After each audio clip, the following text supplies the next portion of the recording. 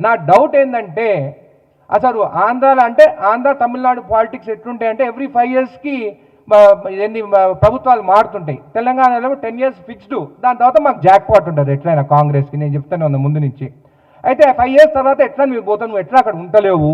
నేను ఈరోజు చూస్తే కూడా చాలా గ్లామర్గా అనిపించావు. అంటే నాకు తెలిసి నువ్వు విజయవాడకు పోతలేవు, ఎందుకంటే ఎండలు ఎక్కువ ఉన్నాయి అక్కడ. ఎండలు ఎక్కుంటే నల్లగా అవుతారు. నువ్వు నల్లగా కాకుండా తెల్లగా ఉన్నావంటే నువ్వు తెలంగాణనే ఉన్నావు. నీ విజయవాడ ఇసిపెట్టుకొని నీ ఆంధ్రాని ఇసిపెట్టుకొని ఇక్కడికి వచ్చి నేను ఇక్కడ తిరుగుతాను, అక్కడనే న్యాయం చేయలేకపోయినావు. అసలు ఈ 2 సంవత్సరాలు అయింది కదా మీరు వచ్చి. ఈ 2 సంవత్సరాలలో నువ్వు హైదరాబాద్లో ఎన్ని రోజులు ఉన్నావు, నువ్వు డిప్యూటీ సీఎం అయినాక విజయవాడలో ఎన్ని రోజులు ఉన్నావు. అసలు మీ పార్టీ ఒక్కడు కూడా గెలవాలని చెప్పి సర్వేగా తెలిసింది కాబట్టి అయ్యో అంటే ఇప్పుడు సినిమా యాక్టర్ ఎట్టుంటారో చెప్తా. మూవీస్ వస్తాయి, ఒక మంచి ప్రొడ్యూసర్ ఉంటాడు, ఇంకొక పెద్ద ప్రొడ్యూసర్ ఉంటారు. ఇప్పుడు రాజమౌళి సినిమాలు యాక్ట్ చేయాలని అందరికి ఇష్టం ఉంటుంది, అంటే పెద్ద మూవీస్ తీస్తారు. అయితే ఈ ప్రొడ్యూసర్స్ కూడా ఎట్లుంటారంటే ఎవరు ప్యాకేజ్ ఎక్కువ ఇస్తే వాళ్ళ దగ్గరికి పోవాలని ఉంటారు.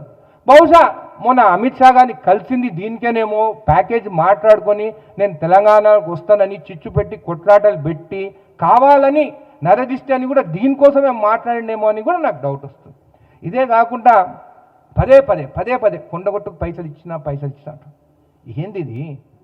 మనం తిరుపతికి పోతాం, ఉండిలో పైసలు వేస్తాం, మనం చెప్తామా ఎవరికన్నా ఎంత వేస్తాం అనేది చెప్తామా మనము. అంటే నువ్వు ఆఖరికి దేవుణ్ణి కూడా వాడుకుంటున్నావు నువ్వు. ఏంది ఇది. తిరుమల వెంకటేశ్వర స్వామి పైసలు ఒకసారి ఉండి లేచిన తర్వాత అవి నీవి కావు, నావు కావు, ఎవరి కావు. అది వెంకటేశ్వర స్వామి. వెంకటేశ్వర స్వామి తన భక్తుడు ఆంజనేయ స్వామికి కట్టించుకుంటున్న గుడి కొండగట్టు స్వామి గుడికి. అట్లాంటిది కూడా దేవుణ్ణి తీసుకుని అయినా కానీ నాకు ఈరోజు ఒకటి అర్థం కాలే. పదే ఇంగ్లీష్లో మాట్లాడుతాడు.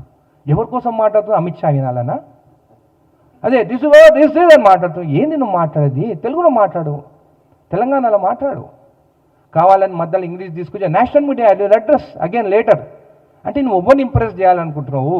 ఒకటి అమిత్ షాని, ఇక్కడ ఉన్న కేసీఆర్ని. ఏంది నీ మనుషులను కూడా నేను నాలుక జీడండి నా భూమి. నేను ఒకటి చెప్తున్నా, జనవాడ భూమి గురించి నాకంటే ఎక్కువ నీకు తెలియదు. అది మా మక్తా ఊరు. గండిపేట డ్యామ్ కడితే మా భూములే మునిగిపోయినదంట. నిజాం దానికి మాకు 60,000 రూపాయలు ఇచ్చిండు, బాండ్స్ కూడా ఇచ్చిండు. ఒక చెరువు అనేది ఉంటే నువ్వు చెరువులా నువ్వు ఏమి కట్టొద్దు, చేయొద్దు.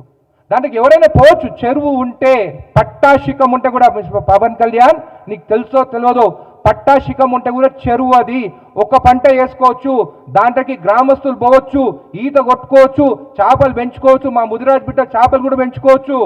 నీకు తెలుసో తెలియదో ట్రెస్ పాసింగ్ కేసు పెడతా అంటున్నావా? అంటే ఒక జర్నలిస్టులు పోయినారు. నేను నిన్న టీవీలో చూస్తాను, పోయింది జర్నలిస్టు కూడా నువ్వు స్వేచ్ఛ లేకుండా ఈరోజు మాట్లాడతావా? నువ్వు ఎట్లా వస్తావు ట్రెస్ పాసింగ్ అంటే? మేము జర్నలిస్ట్ మీరు కూడా నన్ను అడుగుతారు. అంటే మీరు పోయి ఏదైనా వీడియో తీయాలంటే మీ పైన కేసులు పెడతారు. మళ్ళీ పాకిస్తాన్ అని మాట్లాడుతున్నావు.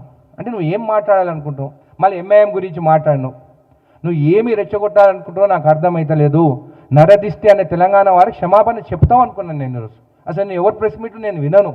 ఈరోజు నువ్వు మాకు క్షమాపణ చెప్తామని చూస్తే నువ్వు రెచ్చగొట్టి మీ వాళ్ళకు కూడా రెచ్చగొట్టి కొట్లాటే దారి తీసుకొచ్చేటట్టు నువ్వు మాట్లాడుతున్నావు. అంటే నీ సంస్కారం ఇదేనా అని చెప్పి నేను అడుగుతున్నాను.